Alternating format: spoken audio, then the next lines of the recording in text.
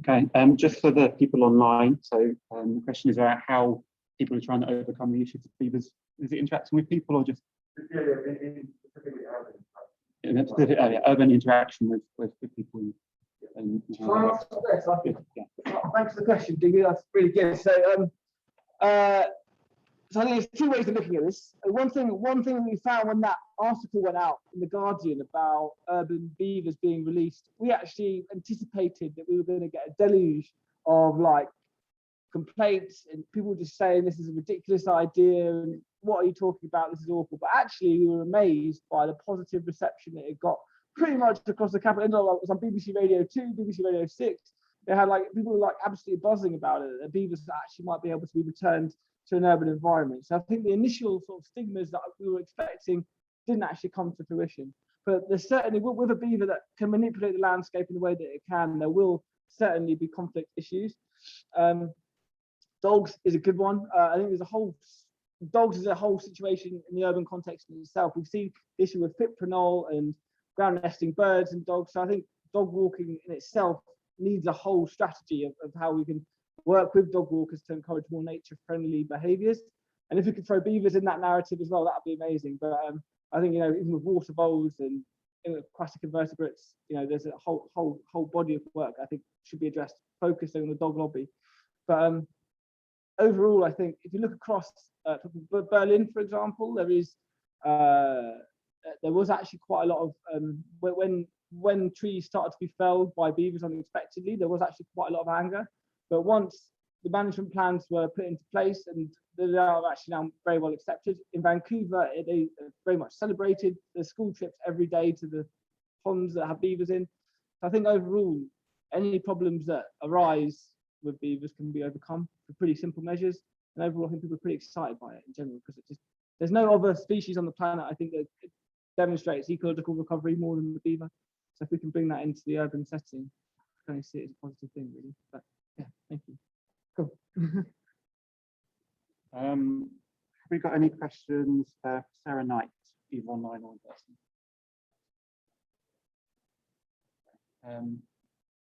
Is it for Sarah?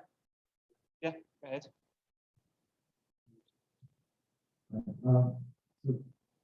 one thing was struck by the relative lack of biodiversity now, which I've seen in the survey goes whether if people's knowledge of biodiversity, ability to increase, that relationship would start to emerge, or is it something that's just not really being made clear about? Did you get that, Sarah? I didn't, so sorry. Now, can you repeat it for me?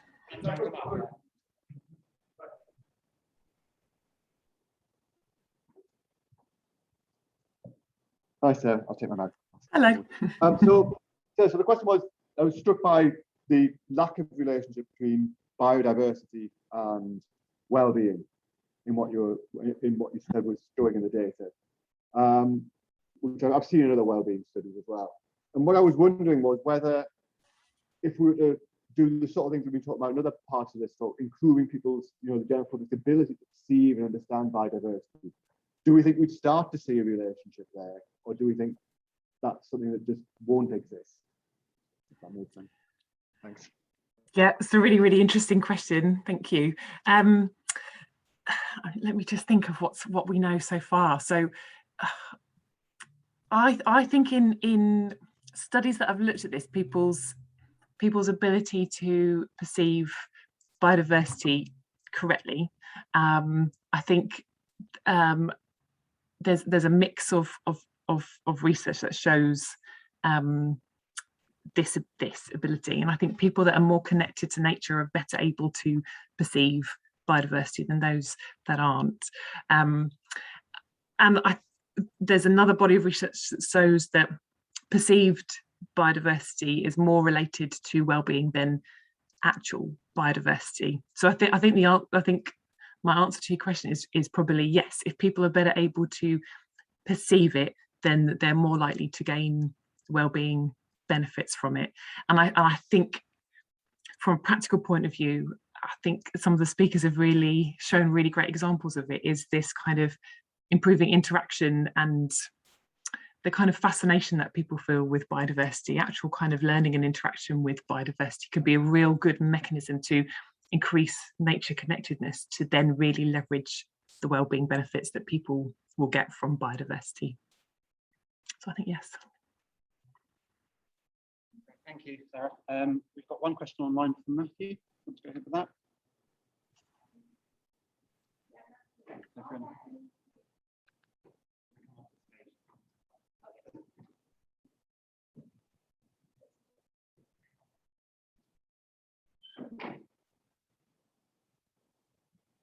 Matthew, are there any differences in the uptake of stag beetle loggeries, depending if they're in the sun or in the shade? Stag beetle loggeries should be basically mostly in the shade. They need moisture. If they dry out, that is more damaging to them. So the advice that we've got, and I've got copies of the advice notes with me today for those of us in the hall to take away with you, is that they should be mostly in the shade. And of course, if we're looking at the broader group of saprophytic invertebrates and fungi, then you could argue that some in partial shade would bring benefits to other species. So it depends really on the size of the loggery. The bigger the loggery, you've got more opportunities. Thank you, Matthew. Unfortunately, that's all we've got time for questions. I have put, or there are people's Twitter handles. If there are any burning questions, I'm sure they're happy to answer those online. That's fine. So we're having a quick 20-minute break now. It's a cup of tea and coffee, and we'll be restarting the session at 10 to 1. Thank you for all our speakers from the first half, and we'll see you in a bit.